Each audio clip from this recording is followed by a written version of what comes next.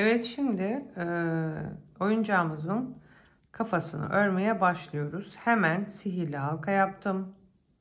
İçerisine 6 sık iğne yapıyorum. 1 2 3 4 5 6 kapatıyorum. Şimdi ikinci sıramıza geçiyoruz. İlmek belirleyici kullanabilirsiniz.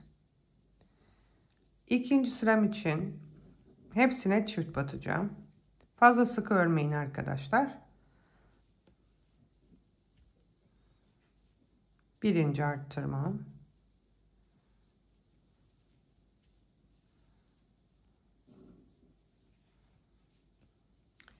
İkinci arttırma.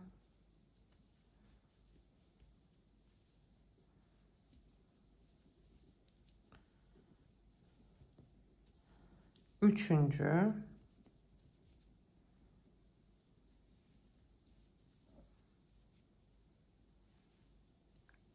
Dördüncü arttırma. 5 ve sonuncu arttırmama geldim. Toplamda 12 adet sık iğnemiz oldu.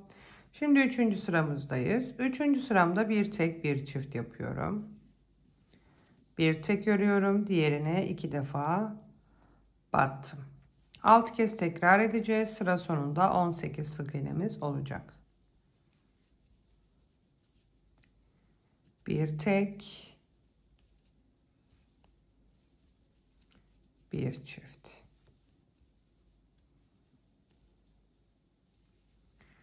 Bir tek, bir çift.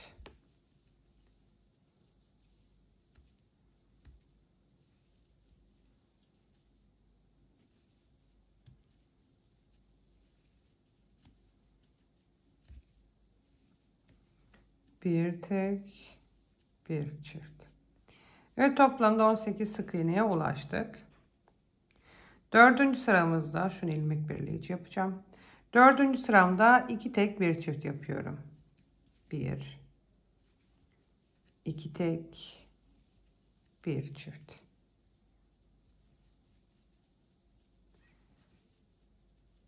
Bir, iki tek, bir çift. Bu şekilde 6 kez tekrar ediyoruz. Sıra sonunda 24 sık iğnemize ulaşıyoruz. Ve 66 sık iğnemiz olana kadar 11. sıraya kadar arkadaşlar arttırmalarımızı bu şekilde örüyoruz. 66 sık iğnemiz olana kadar 9 tek bir arttırmaya kadar bu şekilde ilerleyerek arttıralım. Normal klasik bir arttırma. İngilizceyi de ekleyeceğim. Oradan da takip edebilirsiniz. Şimdi 66 sık iğnemiz kalana kadar arttıralım.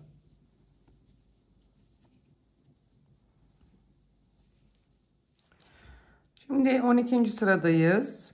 Toplamda 66 adet sık iğnem var. Hiç ekstra bir şey yapmadım arkadaşlar. Sadece arttırdım. 66 sık iğneye ulaştım. Şimdi ilmek belirleyicimi koyuyorum. Ve son bir sıra daha arttırmam var. Şimdi burada 21 sık iğne yapalım. 1 2 3 4 18 19 20 21. Şu anda tam alttaki arttırmanın oradayım arkadaşlar. Buraya bir tane arttırıyorum. Şimdi bu 21 sık iğne bir arttırmayı bu sıramızda 3 kez tekrar edeceğiz. İlkini yaptık. Şimdi ikinci için 21 sık iğneyi tekrar örelim.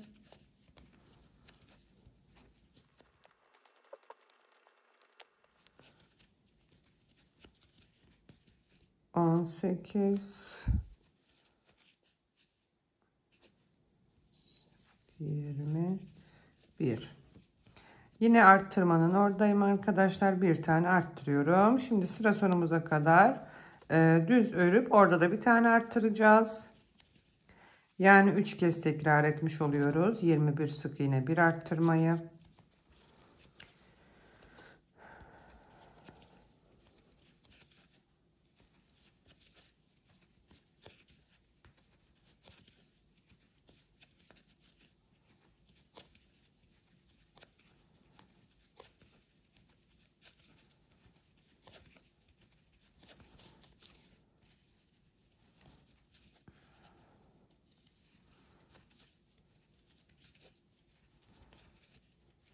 Evet, sıra sonuma geldim. Son bir tane de arttırıyorum. Toplamda 69 sık iğneme ulaşmış oldum. Şimdi 13. sıramızdayız arkadaşlar. 13 ve 20. sıralar arasını toplamda 20 sırayı 8 sıra arkadaşlar pardon. 13 ve 20. sıralar arasını toplamda 8 sıramız. 20. sıramızda dahil 8 sırayı düz 69 sık iğne örüp geliyoruz. Arttırma eksiltme yapmadan 20. sıraya kadar düz 69 sık iğnemizi örelim. 21. sıradayız arkadaşlar. Toplamda 8 sıramızı düz ördük. Şimdi 21. sıradayız. Göz yerlerimizi belirleyeceğiz. Şu anda tam sıra sonundayım. 28 sık iğne örüyoruz. 1 2 3 4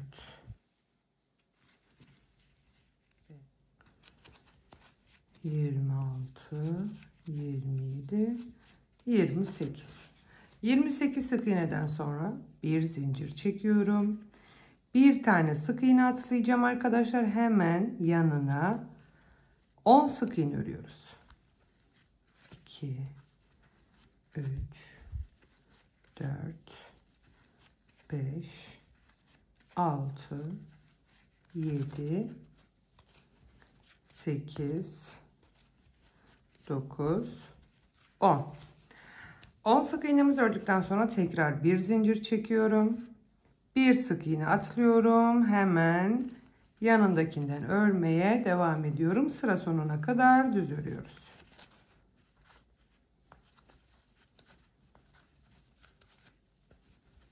%22. sıradayım. Toplamda 29 sık iğnemi sıra sonuna kadar düz ördüm. 22. sıramızda sadece bir sıra arkadaşlar arttırma eksiltme yapmadan düz bir şekilde örelim. Bir sıra arttırma eksiltme yapmadan düz örüyoruz.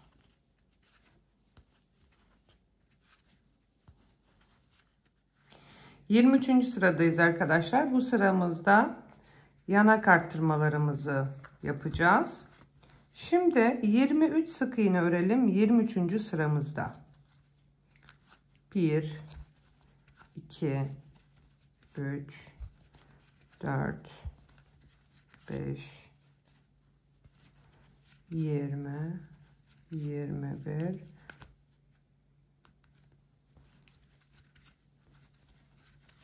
21 22 ve 23. Şimdi arkadaşlar burada yanak için arka arkaya 4 kez bir tek bir arttırma yapıyoruz. Bir tek ördüm, bir tane arttırdım. Bir tek ördüm, bir tane arttırıyorum. İkinci. Bir sık iğne örüyorum. Bir tane arttırıyorum. Aynı yere çift batıyorum. Üçüncü. Bir örüyorum. Bir tane aynı yere batıyorum. Ve dördüncü. Burası biraz gevşek oldu. Bunu sıkı yapmam gerekiyor. Evet. Şimdi her iki yanak arasında 6 sık iğne bırakacağım. 1 2 3 4 5 6. Kaç tane? 1 2 3 4 tane arttırmamızı yaptık arka arkaya. Şimdi de burada aynı şekilde bir arttırma, bir sık iğne olarak ilerleyeceğiz. Bir tane arttırdım, bir sık iğne ördüm. Bir tane arttırdım, bir sık iğne ördüm. İkinci, bir arttırdım, bir sık iğne ördüm. Üçüncü, bir arttırıyorum ve bir sık iğne örüyorum. Dördüncü arttırmamı da yapmış bulundum arkadaşlar. Hemen bakalım. 1 2 3 4 tane arka arkaya arttırdık. Şimdi sıra sonumuza kadar arttırma eksiltme yapmadan dümdüz örelim. 69 olan sık iğnemiz 77'ye çıktı arkadaşlar 23. sıramızda.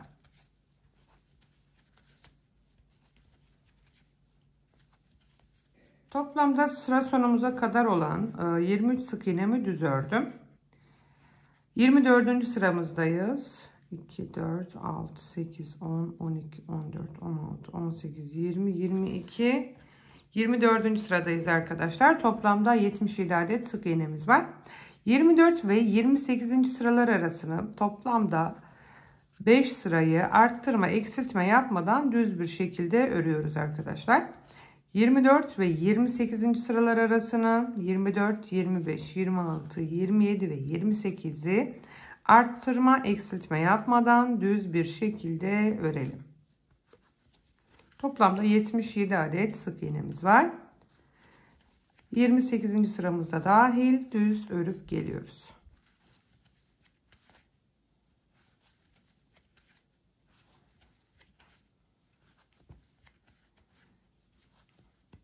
Şimdi sıra eksiltmelerimizde, ama eksiltmelerimize geçmeden önce emniyetli gözlerimizi takmak istiyorum. Şöyle 12 milim yeşil göz kullanmak istiyorum ben. Siz siyah, kahverengi, mavi istediğiniz tonları da tercih edebilirsiniz.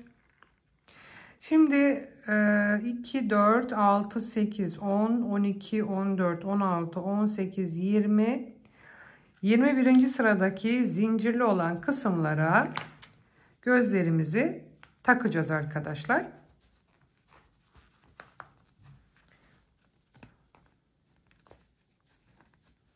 Zincir çektiğimiz için kolay oluyor takması. Şimdi emniyetlerimizi de arkasına yerleştiriyoruz. Bir diğerini de. Evet, sabitledim. Arkasını da şöyle mühürledim. Bakın. Gayet güzel görünüyor. Şimdi eksilteceğiz arkadaşlar. 23 sık iğne öreceğiz arkadaşlar. 2, 3, 4, 5, 6,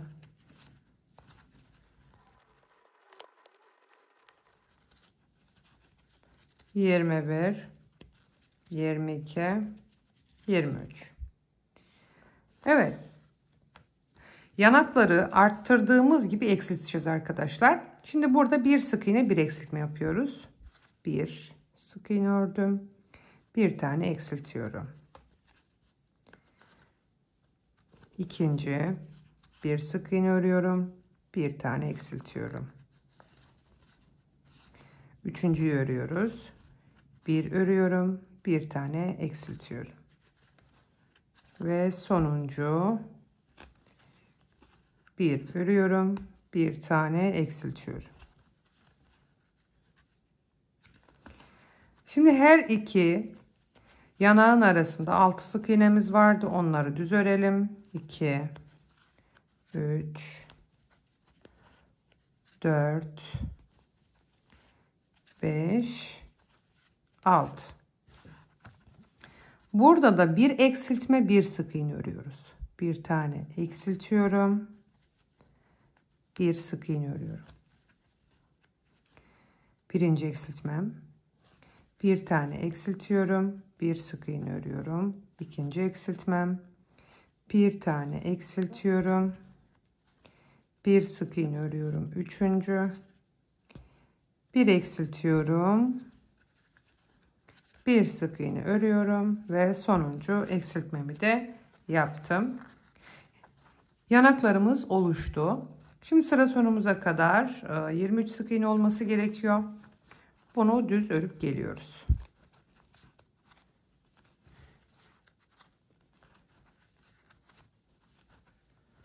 Sıra sonuna kadar düz ördüm. Şimdi arkadaşlar 21 sık iğne öreceğiz bu sıramızda da. 21 sık iğne, bir eksiltme yapacağız. 2, 3,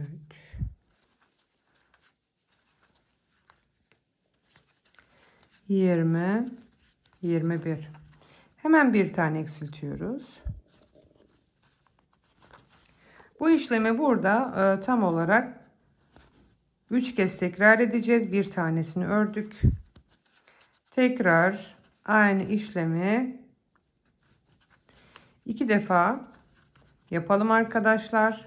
69 sık iğnemiz vardı. Şu an 66 sık iğneye düşeceğiz. 22 sık iğne, bir eksiltme, 3 kez tekrar edeceğiz. Sıra sonumuzda 66 sık iğnemiz kalacak. Şimdi 30. sıramızda toplamda 66 sık iğnemize düştük arkadaşlar. 31. sıramızdayız. 31. sıramızda 9 tek bir eksiltme yapıyoruz. 3 4 5 6 7 8 9. Hemen bir tane eksiltelim. 6 kez tekrar edeceğiz bu işleme. Sıra sonunda 60 sık iğnemiz kalacak. Artık eksiltmelerimiz normal klasik eksiltme olacak arkadaşlar. 30 sık iğnemiz kalana kadar 4 sık iğne bir eksiltmeye kadar bu şekilde eksiltip geliyoruz. Yine İngilizcesini de ekleyeceğim. İngilizceden de takip edebilirsiniz. 8 örmüşüm. 9 sık iğne bir eksiltme, 6 kez tekrar, sıra sonunda 60 sık iğneye düşelim. 30 sık iğnemiz kalana kadar bu şekilde eksiltiyoruz.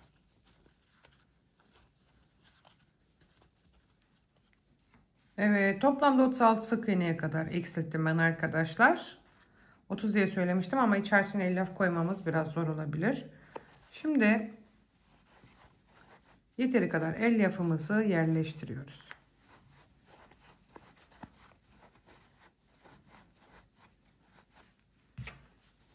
Kenarlara vererek çevire çevire yerleştirelim.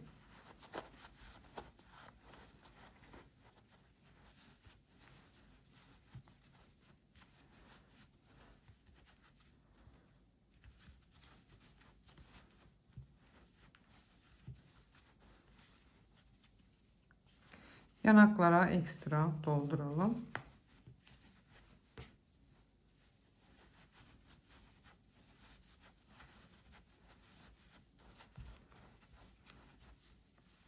Fazla da sert yapmayalım arkadaşlar.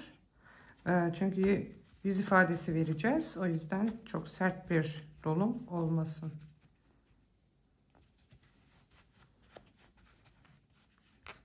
Yeniden eksiltmelerimize devam ediyoruz. En son 36 sık iğnem vardı. Şimdi 4 sık iğne bir eksiltme yapacağım. 2 3 4 sık iğne, bir tane eksiltiyorum. 6 kez tekrar edelim. 1 2 3 4 tek, bir tane eksiltiyoruz. 6 kez tekrar edeceğiz. Sıra sonumuzda 30 sık iğneye düşelim.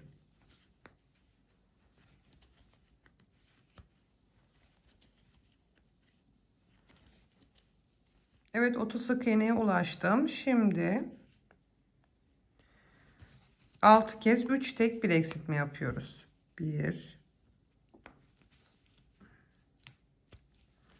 2 3 tek bir eksiltme. 6 kez tekrar edelim. Sıra sonunda 24 sık iğnemiz kalacak. 1 2 3 tek, bir tane eksiltiyoruz. Şimdi son eksiltme sıramızdayız. İçerisine birazcık daha elyaf koydum. Şöyle arkadaşlar. Gayet iyi gibi duruyoruz. Şimdi son eksiltme sıramda da 2 tek bir eksiltme yapıyorum. 1 2 tek, bir tane eksiltiyorum. 6 kez tekrar edeceğim. Sıra sonunda 18 sık iğnemiz kalacak. Sonrasında ipimizi uzun bir şekilde koparabiliriz.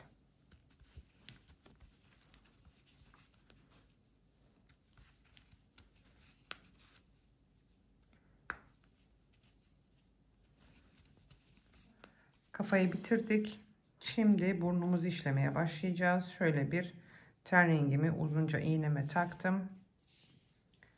takmıştım. Evet. Sabitleme iğnelerimi de sabitledim. Her iki sabitleme iğnesinin arasında 6 sık iğne bıraktım arkadaşlar. Şimdi ilk yaptığım sabitleme iğnemi çıkarıyorum. Şurada biraz bırakın bağlamak için. Şimdi ikinci sabitleme iğnesinden girip tekrar ilk çıktığım yerden giriyorum. Aynı işlemi bir kez daha tekrar ediyorum.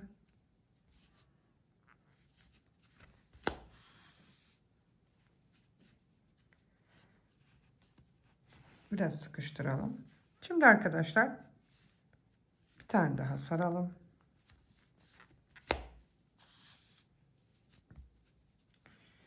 Evet. Şimdi alttan yukarı doğru sarıyoruz.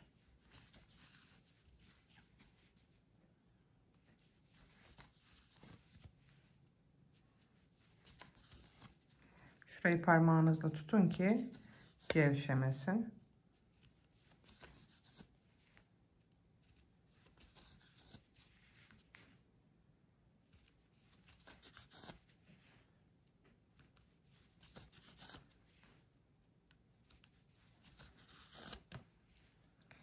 Bir kere de üstten saralım. Yani sola doğru.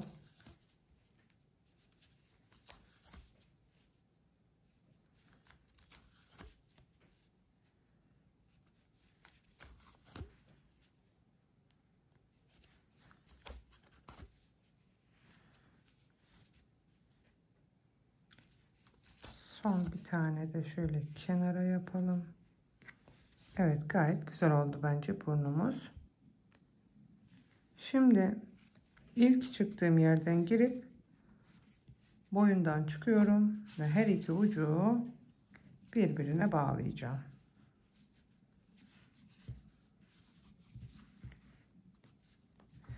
Burun kısmı bitti. Kaş ve kirpikten önce boynumuzu sabitleyeceğiz arkadaşlar. Boynumuzu sabitledikten sonra kaş kirpik işleyeceğiz.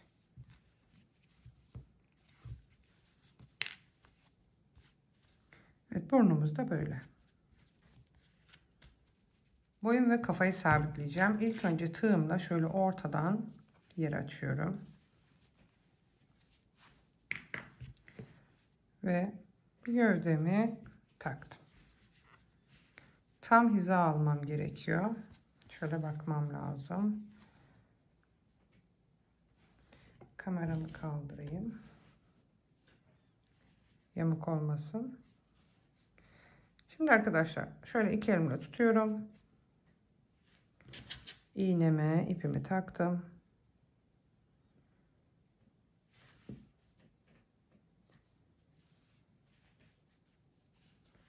Evet, şuradan giriyorum.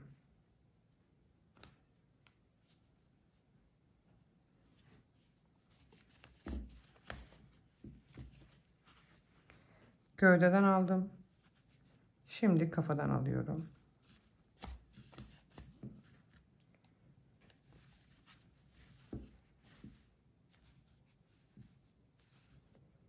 Eğri gitmeyelim de. Gövdeden aldım. Şimdi kafadan.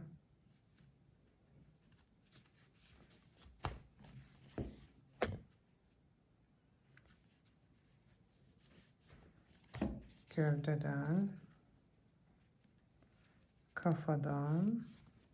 Bu şekilde alarak arkadaşlar kafamızı sabitleyelim.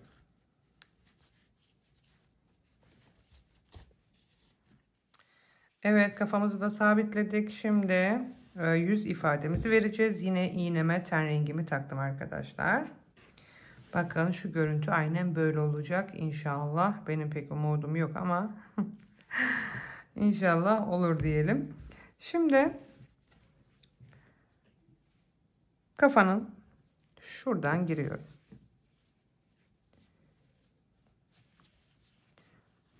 Kameraya geleyim. Yan taraftan çıktım gözün. Ups. Yan taraftan çıktım. Tekrar buranın karşısından yani şuradan giriyorum. Az önce çıktığım yerin yanından çıkıyorum.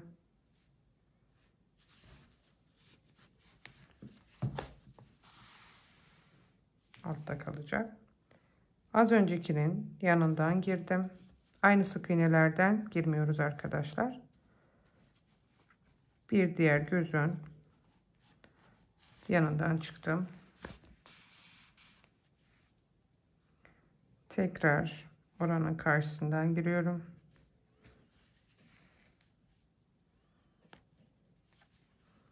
Az önceki girdiğim yerin yanından tekrar çıkıyorum.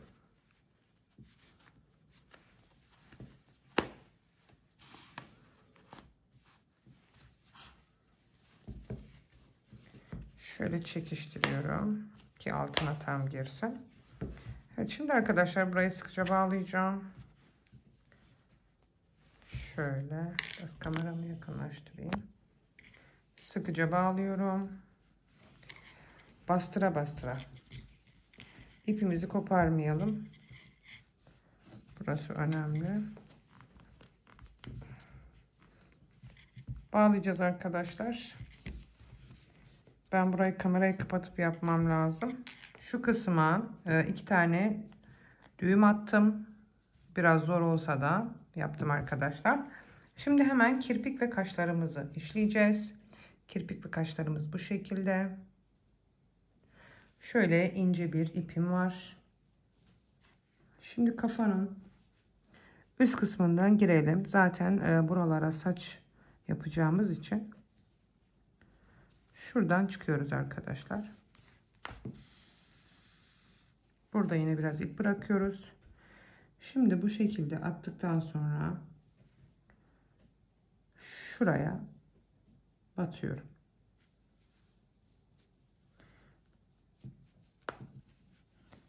Tekrar şuradan çıkmam gerekiyor ama biraz zor olacak. Hiç sorun değil. Kafanın üstünden çıkar. Tekrar oradan gireriz.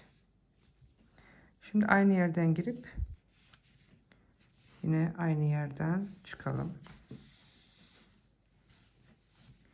Tekrar aynı yerden giriyoruz. Herhangi bir yerden çıkıyoruz. Kızımı şuraya koyayım. Hem siz görün hem ben göreyim. Şimdi arkadaşlar tekrar aynı yerden giriyorum.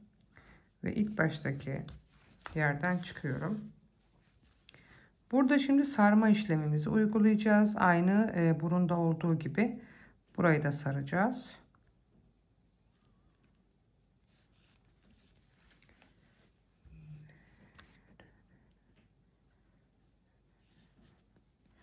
Şimdi yukarıdan aşağı doğru saralım.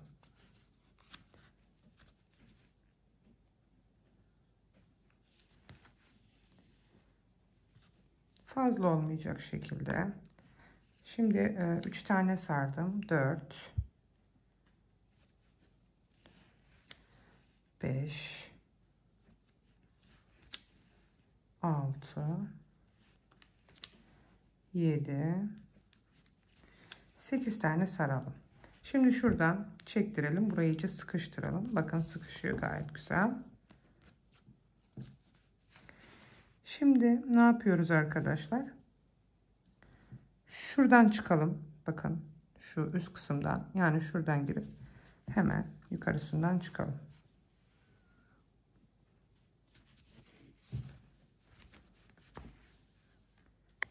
Tekrar buradan giriyorum. Buranın bir üstünden çıkıyorum.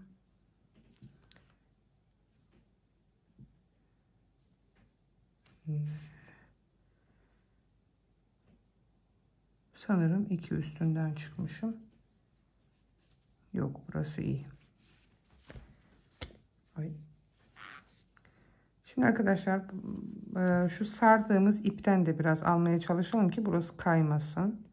Şöyle. Şimdi bunun hizasından kirpiklerimizi işleyelim.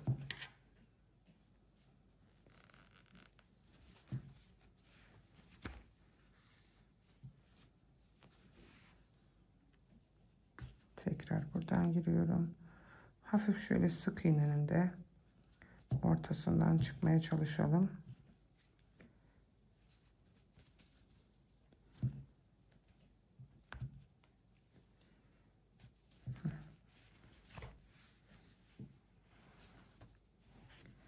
Kaç tane işlemişim? 5 tane yapmışım. Şimdi 4 oldu.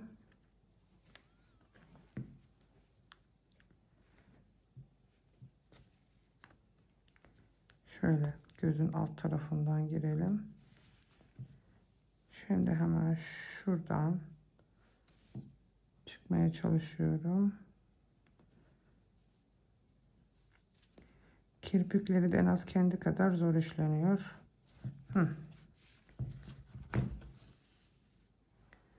Bakın arkadaşlar. Evet, bence güzel oldu. Şöyle indirelim. Şimdi tekrar şuradan giriyorum. Ve karşı kirpikten çıkacağım.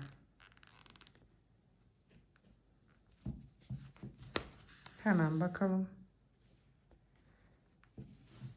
Evet. Güzel oldu.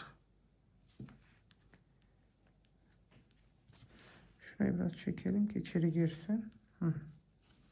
Evet arkadaşlar, bakın. Gayet tatlış oldu. Şimdi bu tarafı da aynı burayı işlediğimizin hizasından yapacağız.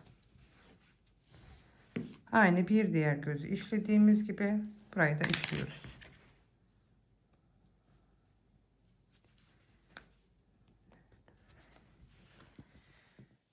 Evet, kirpiklerimizi bitirdik arkadaşlar. Sağlı sollu işledik. Şimdi kaşlarımızı işleyeceğiz.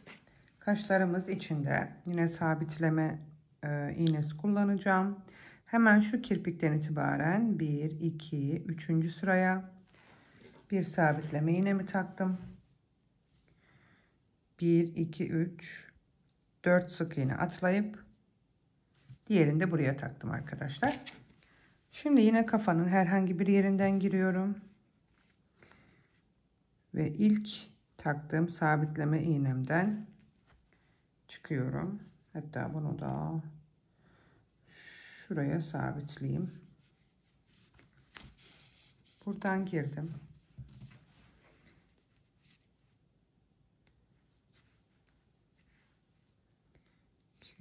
Şimdi de buradan giriyorum.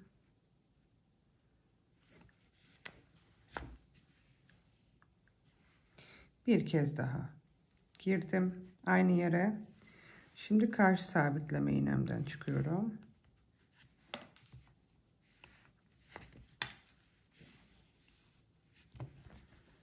Şöyle biraz çekiştirelim. Buradan girdim.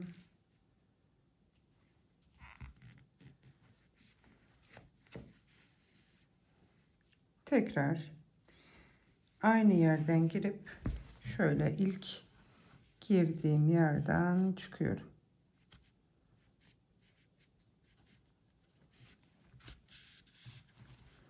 Hemen bakalım. Evet. Şimdi her iki ucu birbirine bağlıyoruz arkadaşlar. Kulaklarımızı öreceğiz bu işlemden sonra.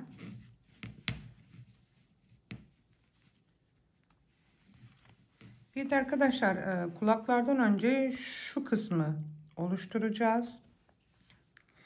Gözümüzün beyazını hemen iğneme beyaz ipimi taktım. Yine kafanın arkasından bir yerden giriyorum.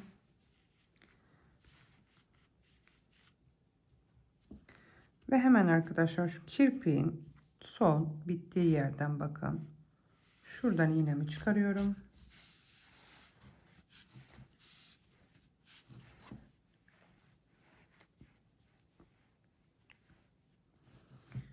Bakalım.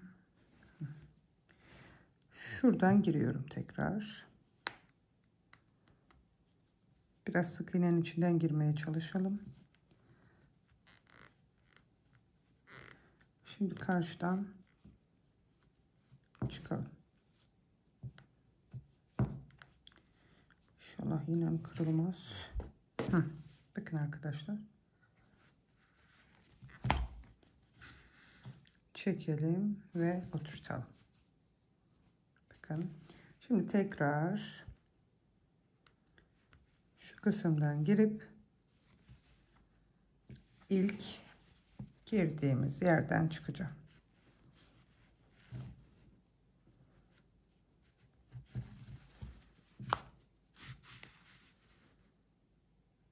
Bu kadar. Beyazlığımızı da oluşturduk. Yapıştırmaya falan hiç gerek kalmıyor arkadaşlar. Gayet sıkı bir şekilde kirpiklerimizi de göz beyazımızı da yapmış olduk. Şimdi hemen kulaklarımıza başlayalım. Şimdi kulaklarımız için de ben şöyle bir tanesini ördüm arkadaşlar. Az bir ipim kaldı. Onunla da bir diğer kulağımı öreceğim. Şimdi sihirli halka içerisine bir tane sık iğne yapıyorum. Bir. İkinciyi yarım trabzan. Başını aldım. Bir seferde çektim. Şimdi burada arka arkaya 3 kez ikili trabzan yapıyorum. Birinciyi ördüm. İkinci ikili trabzanım. Üçüncü ikili trabzanım. Şimdi burada tekrardan bir tane yarım trabzan. Hemen yanındakini de bir sık iğne örüp kulağımı da bu şekilde bitirmiş oluyorum. Şimdi bu ipi buradan çıkaralım. Sihirli halkamızı kapatıyoruz. Kulağımız da bu şekilde. Şimdi hemen kafamıza sabitleyelim. Bakın şuradan saydığımız zaman 2, 4, 6, 7. sık iğnenin hemen ortasına sabitleme iğnemi taktım. Aynı şekilde oraya ben de şimdi iğnemi takıyorum ve kulağımı sabitlemeye başlayacağım.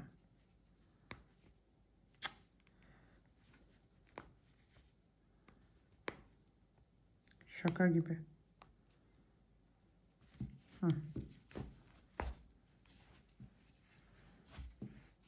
Aşağı doğru sabitleyeceğiz.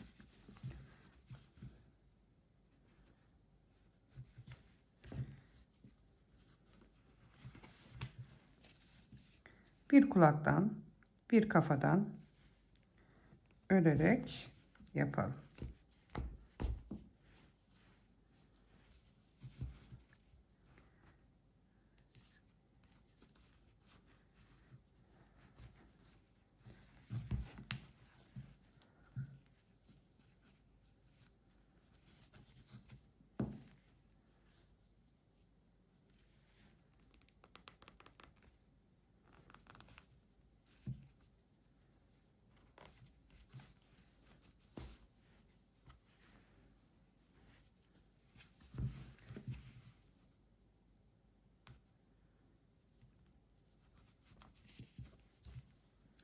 Kenardan.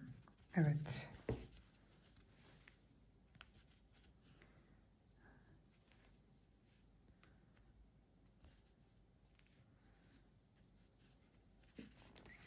Tekrar bir üzerinden geçeceğim.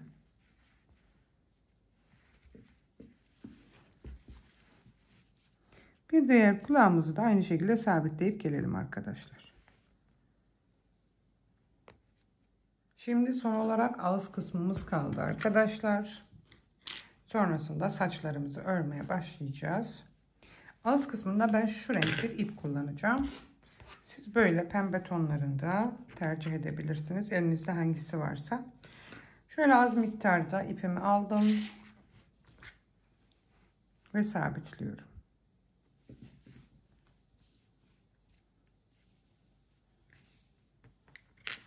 Şimdi hemen sabitleme iğnemin birini kaybetmiş olsam da şuradan 2 4, bakın şuraya taktım.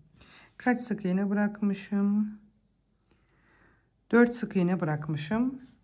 Yani 2 4, şöyle tam ortalamış olacağız. Gayet güzel. Arkadan giriyorum. Sabitleme iğnemin olduğu yerden çıkacağım.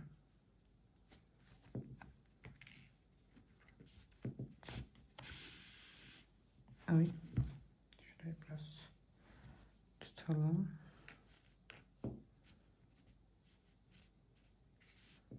Evet.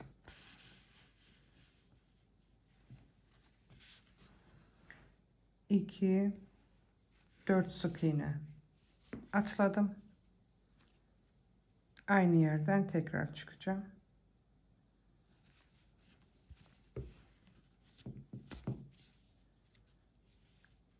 Şuradan da çektirelim.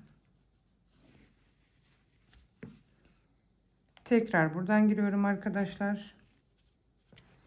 Kaç kat yapmışız? 2-3 kat yapmışız. Aynı yere tekrar giriyorum.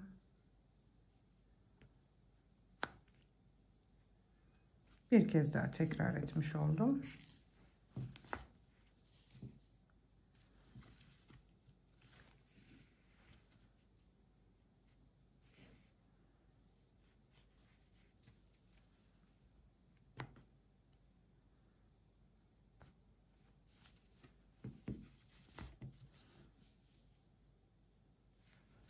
Evet.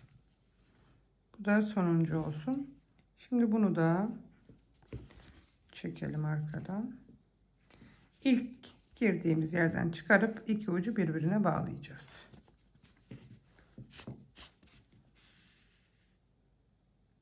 Evet. Çok tatlı olduk.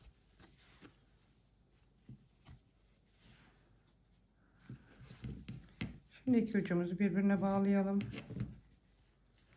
Ve vücut kısmımız bitti. Artık saçlarına ve kıyafetlerine başlayabiliriz.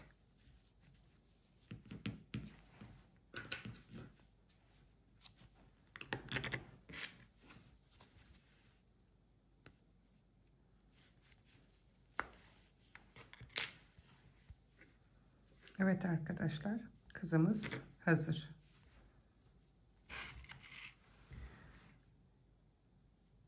Yeşil gözlü de çok tatlı olduk. Şimdi saçlarımıza başlayalım.